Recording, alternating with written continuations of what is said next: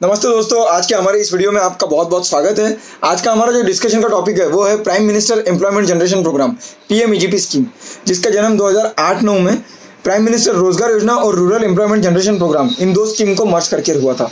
ठीक है, ये स्कीम के अंदर में टाइम टू टाइम अलग अलग चीज़ें ऐड की गई है।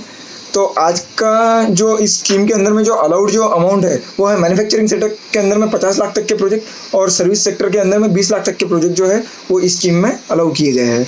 बराबर है।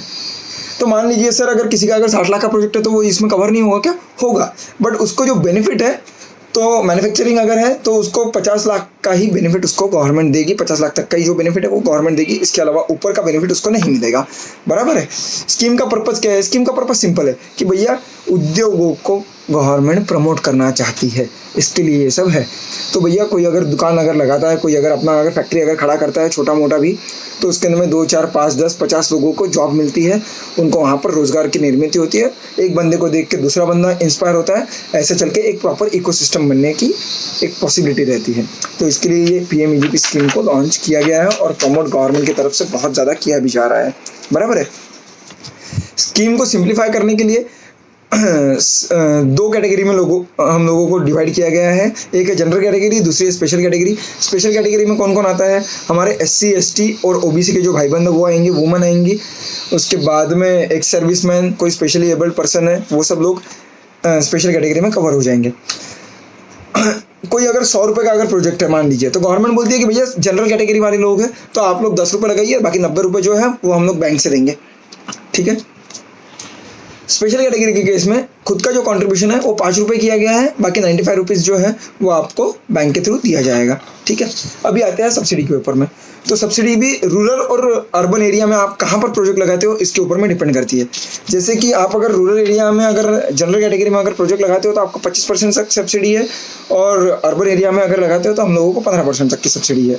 स्पेशल कैटेगरी के केस में 10% एडिशनल सब्सिडी दी गई है रूरल और अर्बन एरिया में। इसी के साथ अर्बन एरिया में 25% मिलती है स्पेशल कैटेगरी में सब्सिडी, और रूरल में 35% मिलती है। बराबर है। तो इसका जो एलिजिबिलिटी जो क्राइटेरिया है वो बहुत ही बेसिक है कि भैया आपके 18 साल के ऊपर की उम्र होना चाहिए एप्लीकेंट की। उसके बाद में घर में से किसी एक ही बंदे को, एक फैमिली में एक ही बार ये स्कीम का लाभ लिया जा सकता है। उसके बाद में आप अगर 10 लाख के ऊपर का अगर मैन्युफैक्चरिंग का सेटअप कर रहे हो या फिर सर्विस सेक्टर के अंदर में 5 लाख का ऊपर का अगर आप प्रोजेक्ट कर रहे हो तो आपको मिनिमम जो एजुकेशनल क्वालिफिकेशन है वो 8वीं पास रखा गया है।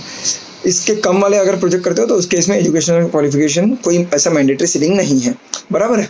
इनकम के अंदर में कोई इनकम की सीलिंग नहीं गई है, तो इसके अंदर में गरीब किसान मजदूर जो है वो भी अप्लाई कर सकते हैं, और कोई बड़ा बिजनेसमैन है तो वो भी इस स्कीम के अंदर में विद इन द क्राइटेरिया अगर बैठता है तो वो भी अप्लाई कर सकता है। बराबर है। ये स्कीम जो है वो न्यू प्रोजेक्ट्स के लिए ही है, नए सेटअप अगर लगा रहे हो तो ही है, एग्जिस्टिंग सेटअप के लिए ये स्कीम नहीं है। होता क्या है, हम लोग 5 लाख की मशीनरी है, कोई है ना एप्लीकेशन डालते समय उसको है ना 10 लाख की बता देता है। तो अभी अगर ये ऐसी अगर चीज़ें अगर हो रही है, 5 लाख की मशीन अगर 10 लाख की बताई है, तो जो अप्रूविंग अथॉरिटी है ना वो है ना अप्रूव ऐसे ही नहीं कर देता, वो चेक करके करता है सही से। उसको वो भी क्रॉस टैली करेगा। उसको अगर लगेगा कि भैया ये जो अमाउंट है ये अननेसेसरी एग्जैजरेट करके डाली है इस बंदे ने, इस एप्लीकेंट ने, तो उस केस में वो उसको रिजेक्ट कर सकते हैं, उसके अंदर में क्वेरीज निकाल सकते हैं। इसके लिए मैं आपको रिकमेंड करूँगा कि भैया जो एक्चुअल चीज़ें हैं वही हम लोग डालें और कुछ एग्जैजरेट करने की कोशिश ना करें। बता, ये जो 90 रुपये का और 95 रुपये का मैंने आपको जो कहा 100 रुपये के प्रोजेक्ट में जो लोन अमाउंट मिलेगा, तो वो किस फॉर्मेट में मिलेगा? हम लोगों को वर्किंग कैपिटल और टर्म लोन ऐसे दोनों केसेस में मिलेगा। बराबर है। हमारा जो कैपिटल एक्सपेंडिचर है, कैपिटल एक्सपेंडिचर के लिए टर्म लोन का जो टाइम पीरियड है वो 3 साल से 7 साल के बीच में डिवाइड किया गया है, और वर्किंग कैपिटल जो है, वर्किंग कैपिटल भी इसी रेंज में आपको मिलेगा। रेट ऑफ इंटरेस्ट अभी प्रिवेलिंग जो है वो है 12.25 से 12.5% के बीच में दे रहा है। एप्लीकेशन प्रोसेस जो है वो ऑनलाइन किया गया है, कोई मैनुअल इंटरवेंशन है नहीं इसके अंदर में। बेसिक चीज़ों के साथ में जैसे कि आपका मोबाइल नंबर, ईमेल आईडी के साथ ही और आधार नंबर के साथ आप इसको अप्लाई कर सकते हो। आपकी बिजनेस की डिटेल्स, बेसिक डिटेल्स मांगी जाएगी। बराबर है। कुछ आपको इंपॉर्टेंट डॉक्यूमेंट है जो कि एप्लीकेशन में लग सकते हैं, या फिर आपको बाद में बैंकर को भी ये सब चीज़ें अवेलेबल करा के देनी पड़ेगी। वो है आपका caste certificate, special category certificate, rural area certificate, project report और EDP सर्टिफिकेट। प्रोजेक्ट रिपोर्ट क्या होता है? Project report is the most important document in this entire process. क्यों? क्योंकि बैंकर जो है वो आपके प्रोजेक्ट रिपोर्ट के बेसिस पर ही आपको लोन देगा, और लोग यहीं पर गलत हो जाते हैं। होता क्या है, आज आप अक्रॉस इंडिया देख लीजिए, बहुत सारी मैक्सिमम जो केसेस है जो पेंडिंग है वो डिपार्टमेंट की ओर से तो अप्रूव हो गई है, बैंक में अटकी पड़ी है। फिर हम लोग बैंक को गाली देते हैं कि भाई बैंकर काम नहीं करता है, हमारा गवर्नमेंट बैंक का ऐसे ही है वैसे ही है। ऐसा नहीं है सर, हम लोग क्या होता है, गलती हमारी है, हम लोग प्रोजेक्ट रिपोर्ट सही से सबमिट नहीं करते। प्रोजेक्ट रिपोर्ट के अंदर में अलग अलग रेशियोज होते हैं, जैसे कि GP ratio, NP ratio, DSCR, break even point, आपका कैश फ्लो मैनेजमेंट कैसे चल रहा है, आपका वायबिलिटी है नहीं है प्रोजेक्ट का, इस सारी चीज़ों को इवेल्युएट किया जाता है। तो प्रोजेक्ट रिपोर्ट मैं आपको रिकमेंड करूँगा कि आप एक अच्छे कंसल्टेंट के थ्रू ही लें और उसके अंदर की जो क्वेरीज है उसको मिनिमाइज़ कर दे। मैं ये नहीं कहूँगा कि कोई कंसल्टेंट जो है प्रॉपर इसके अंदर में जो काम करने वाले लोग हैं वो सही से देंगे ही देंगे, कुछ उनका मिस्टेक नहीं हो सकता है, बट आपकी लायबिलिटी कम हो सकती है, बराबर है। सेकंड चीज़ है ईडीपी, एंटरप्रेन्योरशिप डेवलपमेंट प्रोग्राम।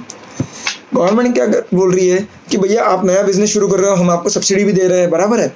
तो आपने सही से बिजनेस करना है, इसके लिए हम एक आपको बेसिक ट्रेनिंग प्रोग्राम देंगे। इस ट्रेनिंग प्रोग्राम में क्या क्या सिखाया जाएगा भैया, मैन्युफैक्चरिंग के बारे में बताया जाएगा, प्रोक्योरमेंट के बारे में बताया जाएगा, उसके बाद में इन्वेंट्री मैनेजमेंट है, सेल्स, मार्केटिंग, फाइनेंशियल मैनेजमेंट, इन सब के बारे में एक इंट्रोडक्शन दिया जाता है। एक ओरिएंटेशन प्रोग्राम है जो कि आपको मैंडेटरी किया गया है।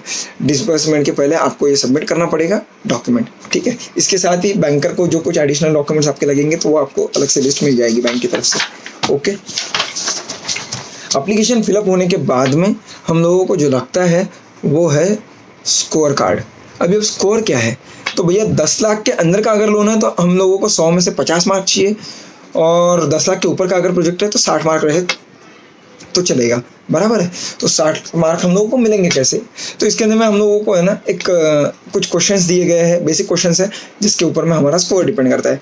क्वेश्चंस क्या क्या रहेंगे, आपकी एज क्या है, आपका लोकेशन ऑफ द बिजनेस क्या है, उसके बाद में इस बिजनेस में इस जो प्रोजेक्ट है, नया प्रोजेक्ट, इसके अंदर में आपको एक्सपीरियंस है क्या, कितने साल का एक्सपीरियंस है, उसके बाद में आप इनकम टैक्स पे करते हो क्या, आपका इंश्योरेंस है क्या, कुछ प्रोजेक्ट रिपोर्ट के भी जो पॉइंट्स है जैसे कि डीएससीआर कितना है, रिपेमेंट पीरियड आपने कितना लिया है, इसके ऊपर में आपका स्कोर जो है वो डिपेंड करेगा। ऐसे मल्टीपल क्वेश्चंस दिए गए हैं, बेसिक है, आप पढ़ने के बाद में आप आसानी से उनका जवाब दे सकते हो। बट ये स्कोर अगर क्रॉस नहीं होता है तो हमारा एप्लीकेशन डिपार्टमेंट लेवल पर ही रिजेक्ट हो जाएगा या फिर उसके अंदर में क्वेरी आ जाएगी। तो सही से प्रॉपरली सबमिट करें, बराबर है।